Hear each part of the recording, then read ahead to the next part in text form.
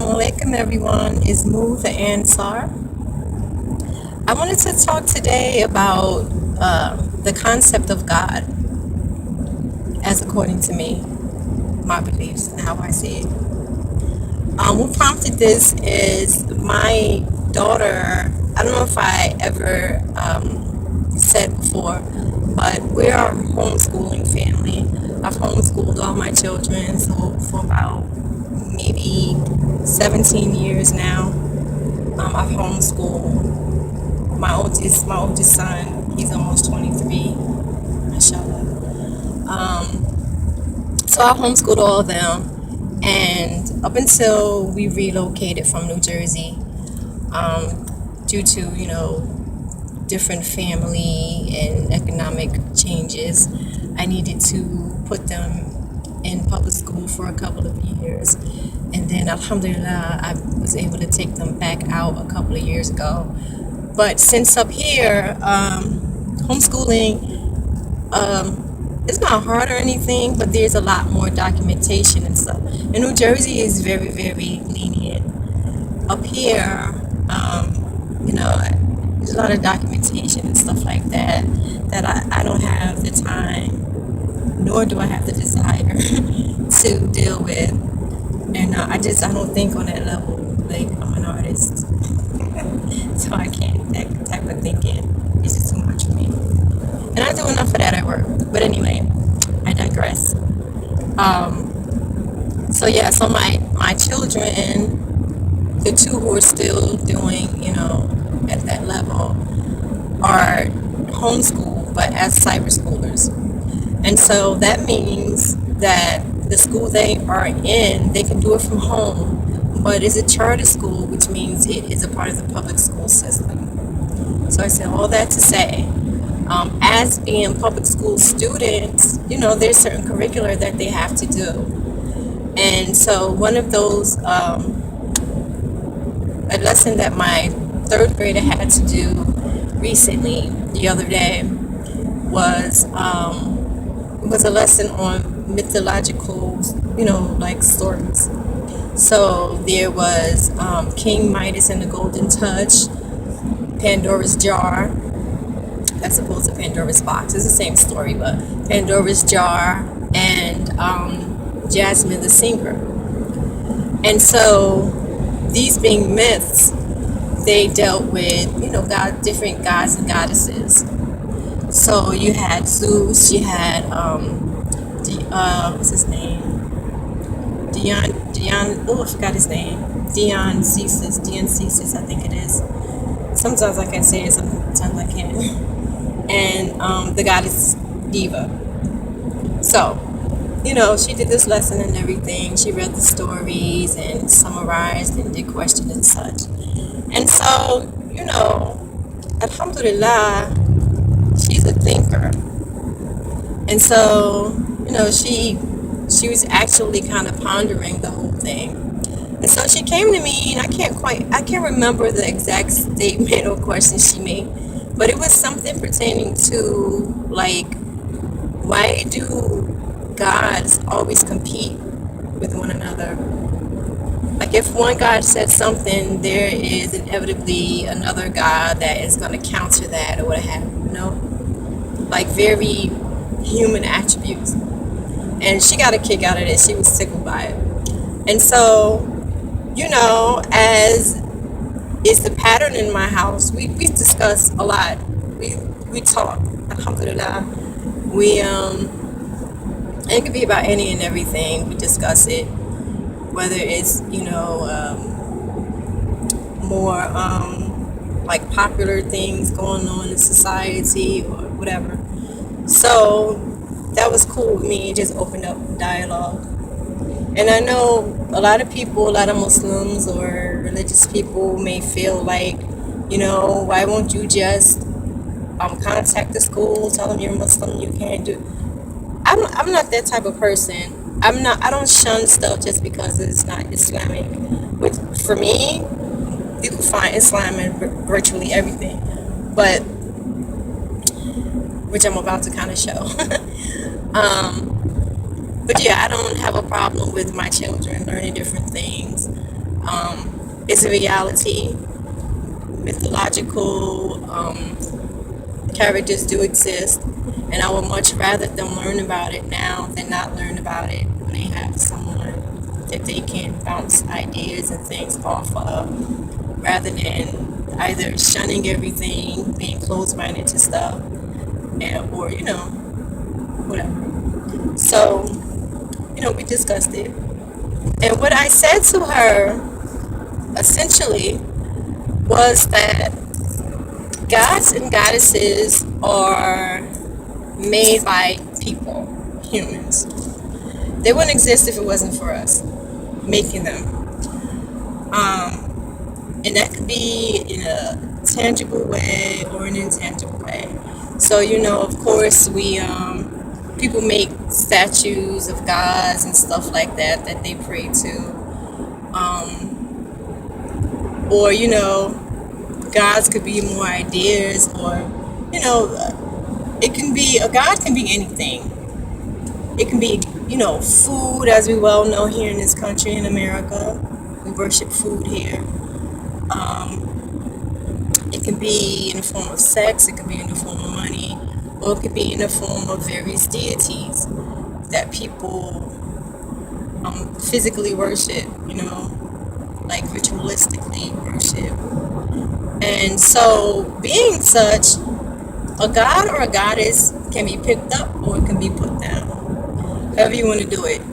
It can be a god that you've worshipped most of your life, and then for whatever reason you decide, okay, this isn't for me anymore, this religion, I'm going to go to this religion, to another religion.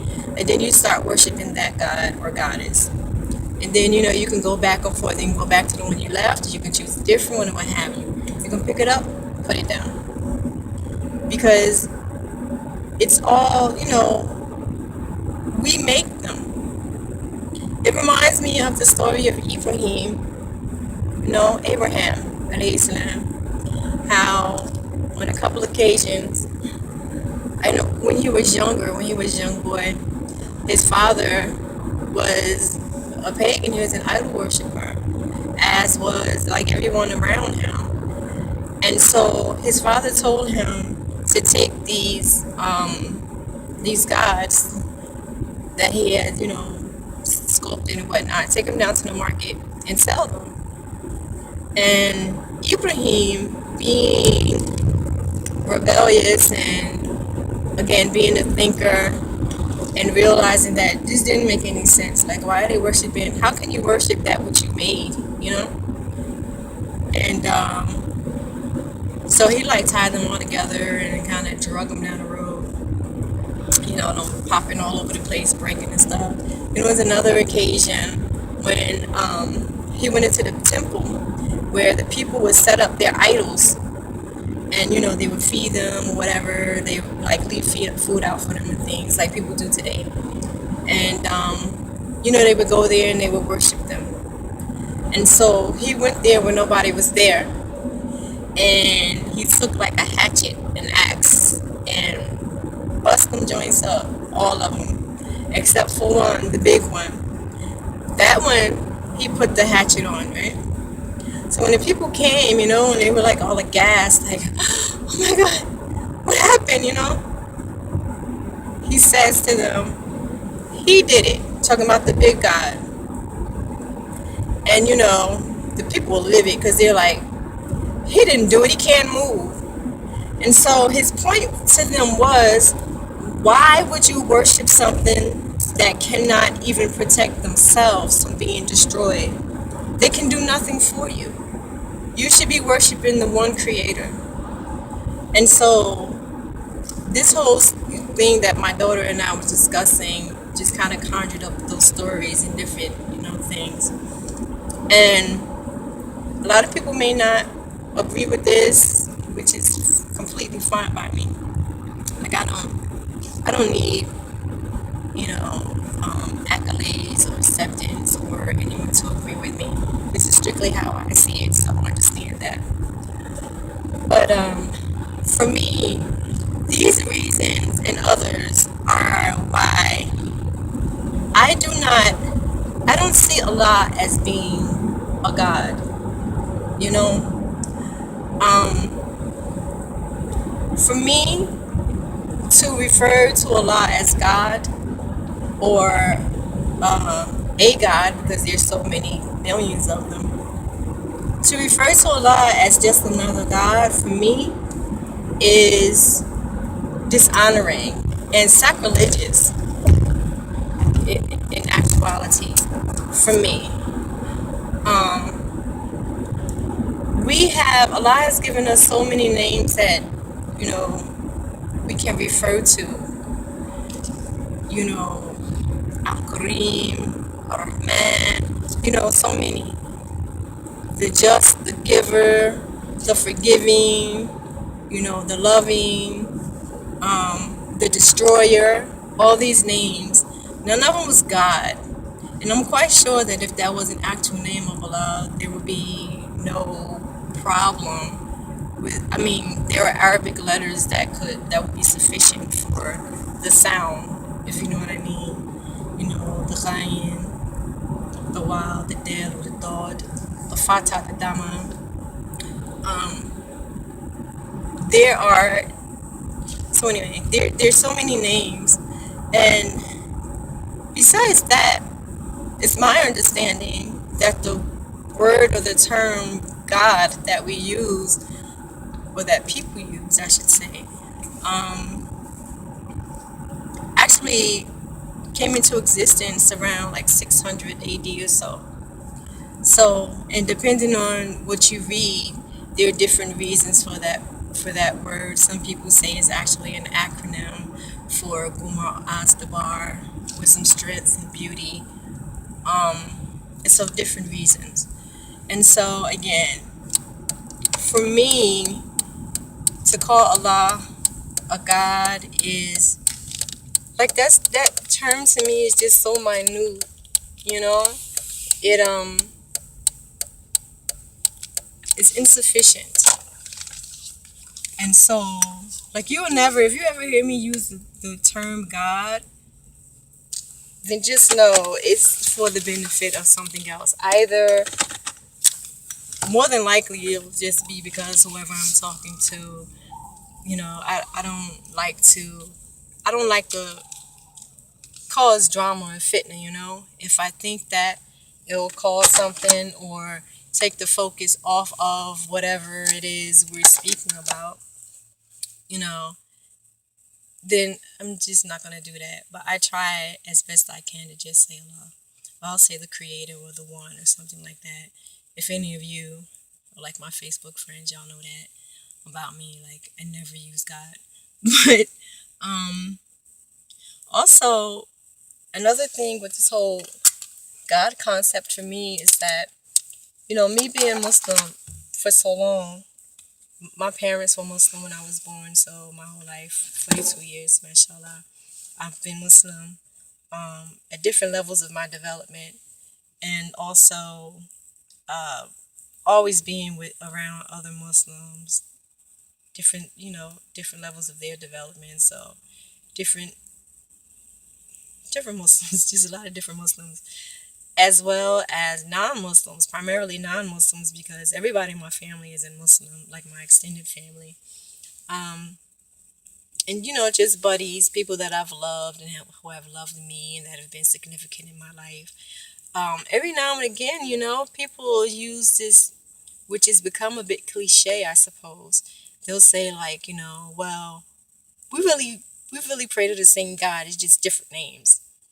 And I mean, my understanding of them saying that, I believe, again, is more that, they want to keep the peace. It's like, we can all get along, we can all love each other. It's no big deal. That's your religion, this is my religion. You know. But for me, that doesn't even make sense logically, because, for instance, I have family members who are Christian. I don't worship what they worship. They whatever, symbol that they have of the Messiah, Al-Masih Isa, Jesus Christ, uh, their concept is not, I don't worship that. I don't worship a man, you know. You have their various East Indian gods, or African gods. I have a lot of African centered friends. They're into um, Isis, Horu, all these people, or these, deities. You have other people who worship different saints. And even within Islam, worship saints and stuff like that. I know that y'all don't call it worshiping, but that's what it is. Sorry. That's what it is. Um, so I think to say that we all worship the same thing, just different names, is quite inaccurate. And I'm sure if you have a Christian person, when they pray to Jesus, they're not also praying to Buddha. They're praying to Jesus. Or, the symbol of Jesus. Um, so yeah, I don't, I just, the concept of calling Allah God, to me, is, it's sacrilegious. Um, and so this was sparked by my daughter's lesson. And I just want to kind of put it out there because I know I'm not the only one who feels that way or believes that way. Um, we have so many names that we have been given to call Allah, and if anything, you can call me crazy. Just don't cuss me out. Don't call me that B word. I don't play that. But you can call me crazy or whatever. But at least I wanted to put it out there as something to sort of contemplate. Maybe I and others who feel that way are crazy, but I think at the very least it warrants a little bit of thinking. I don't know at what point we Muslims started to refer to Allah in other names or tones that were not approved by Allah, but I don't know if it's through translation of Qur'an and things of this nature, or Islamic books bringing it into English form, that we started using the term God. But again, I think it's something that should maybe be thought about and looked into. And instead of us doing that, to just use some of the approved names of Allah. And comment, let me know what you think, okay? No B words. Assalamu alaikum. Peace.